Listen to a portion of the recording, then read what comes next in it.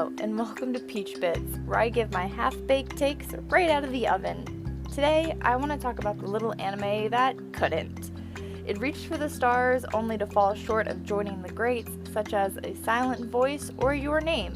It had the spirit, and I, as well as others that have reviewed it on Google, can recognize that.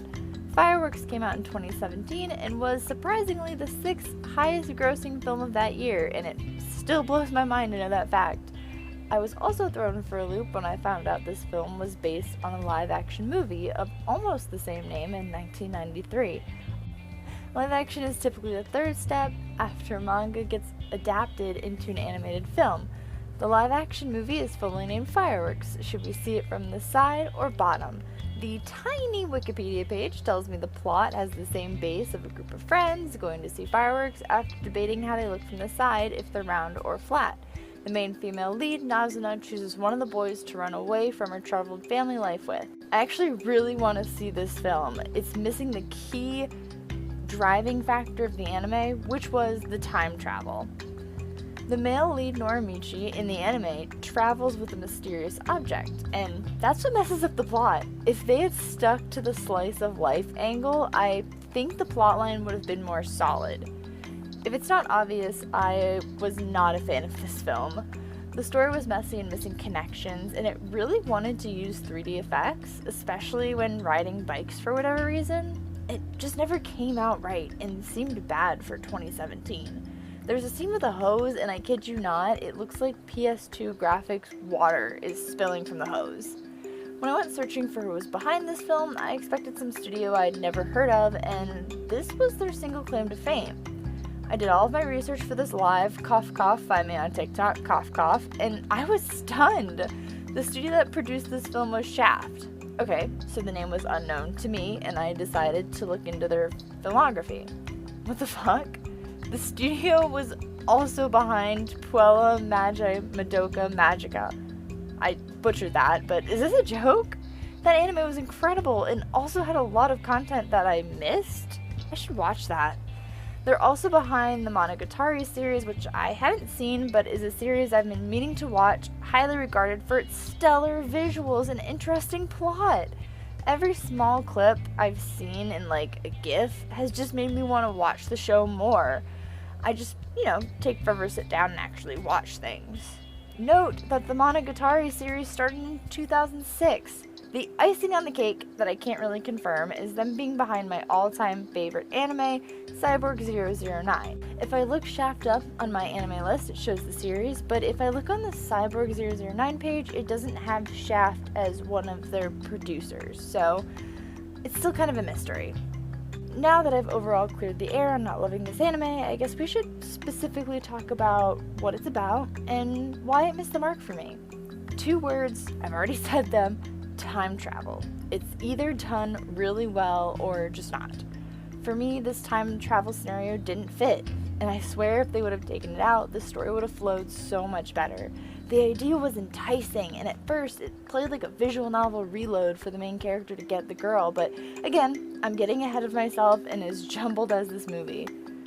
We open on a simple plot. Summer break is around the corner with a fireworks festival coming to a small town. We get acquainted with Norimichi and his group of rowdy friends, and their intro sequence was so fun. I had high hopes at this point. It's a shame I like them because they don't play any part in this story. They are a cardboard plot device to make things move forward, if barely. With or without them, this movie would have worked. Yusuke is the only friend that matters because he has a slightly stronger plot point for the first 20 minutes. Yusuke has a crush on Nazuna and is very vocal about this to his friends. All the events in the movie stem from the first split Norimichi, Yusuke, and Nazuna create, which is a race. The boys have a bet while Nazuna has one of her own, deciding to run away whichever boy wins the swimming race. The first time it's Yusuke, and she asks him to the fireworks festival with an ulterior motive. Instead of being overjoyed, he accepts, but later tells Norimichi he doesn't want to go because he heard she's a dog, which is where I had my first big issue with the story. How Yusuke had this build-up in character development with a crush, only to just no longer want anything to do with Nazuna, with no reason. We don't hear Norimichi overhear rumors or anything. Just a little detail would have made me understand. but Yusuke wants to ignore the invite from a crush he's had for years. Yusuke didn't even say he was nervous. He was just rude and said mean things about her. Why, you ask, does Nazuna want to run away? Her mom and stepdad want to move. Nazuna hates her stepdad, and I can't tell if the movie's implying she's being abused, but if anything, it's by the mom if she is.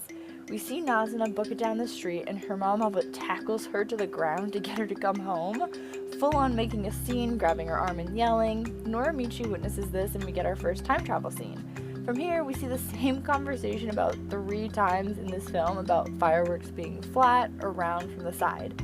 This conversation seems super unimportant, but somehow tells Norimichi later on that he's not just in different timelines, but he's creating different worlds, which is where I become completely lost.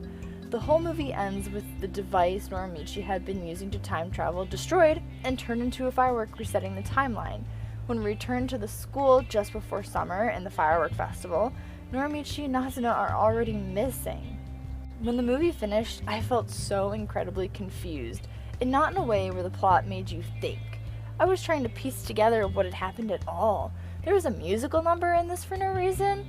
The train they take, drives onto the water for no reason, which, thinking about it now, was probably just the physics of the new world created. Gosh, I wish the creation of different worlds was more obvious.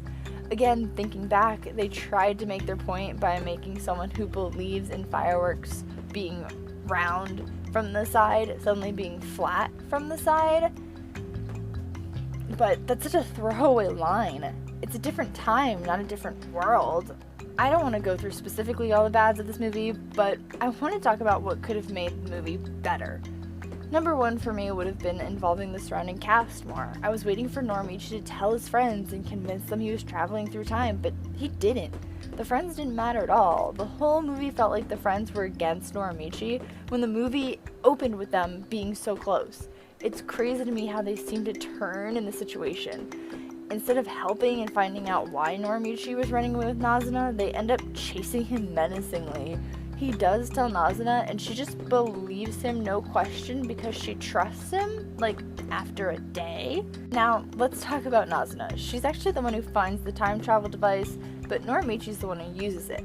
Though I knew it was going to end up in Norimichi's hands from the trailer, I was bummed when I realized he found it. She could have fixed her life without waiting for a third party to save her. To be fair, she's the one who knew what she wanted as far as I'm concerned. She's still the only one who knows what she wanted. As a viewer at first glance, she wants to run away because she hates her stepdad in a teen angst way. He brings her ice cream and she says she hates him and runs away. While alone, I would chalk it up to teen drama. We see Nazuna, like I mentioned before, forcibly dragged back by her mother, super harshly every time she catches Nazuna running away. I'm talking full-on tackle. She doesn't go oh, honey, are you okay? Let's talk about this. She is dragging this girl.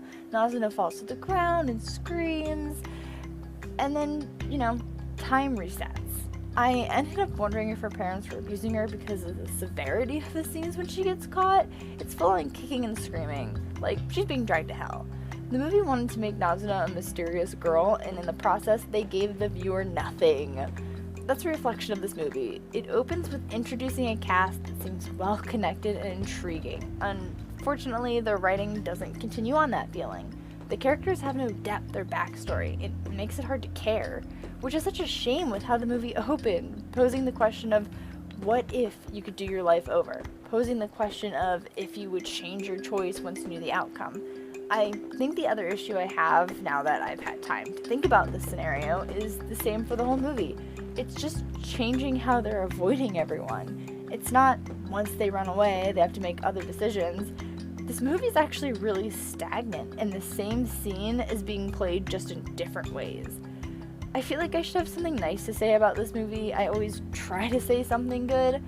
In this case, as I mentioned before, it's the opening and, more or less the visuals, not counting the 3D stuff.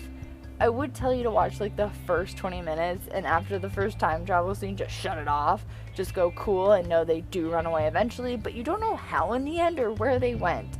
We literally get no closure, and the more I process this, the more exhausted I get thinking about what I watched. I had high hopes for this film, and ultimately I was let down this time. There had to be one eventually. Fireworks had beautiful packaging, but ended up lacking substance and jumping plot points. Unfortunately, that was their downfall. Thank you all for listening through this mini rant episode, and I hope you enjoyed hearing about this wild journey I took. If you decide to watch it, let me know what you think. Until next time, I decide to overanalyze. And if you're hungry for more, you can find me at the Peach Pit just about anywhere you find content. Until next time.